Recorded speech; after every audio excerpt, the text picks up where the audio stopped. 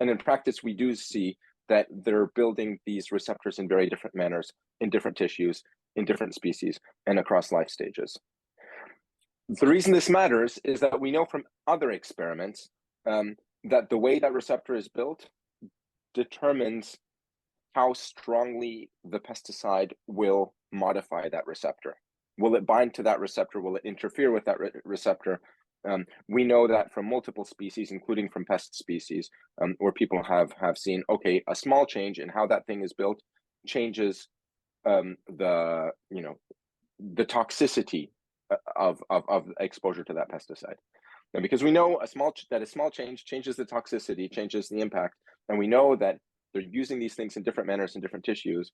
So that indicates that the effects of pesticide exposure in that tissue are going to be very different from the effects on that other tissue.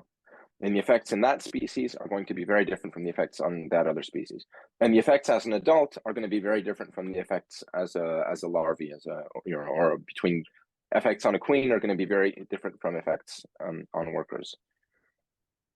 And this, this creates a challenge because it means that we don't have a great way of drawing a general conclusion about what's going to happen, right? If we could say, okay, it's 90% similar, then we can't say that. They're built very, very different. And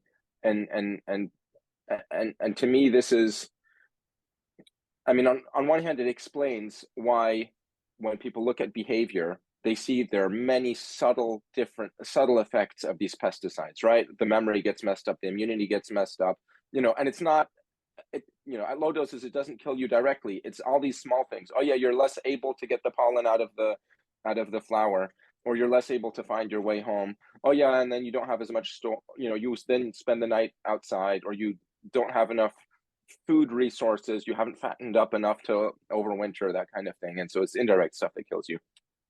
The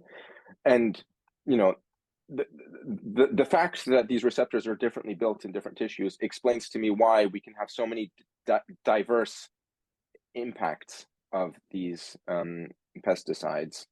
And then I think it also represents a challenge. How should we deal with these pesticides in terms of regulation?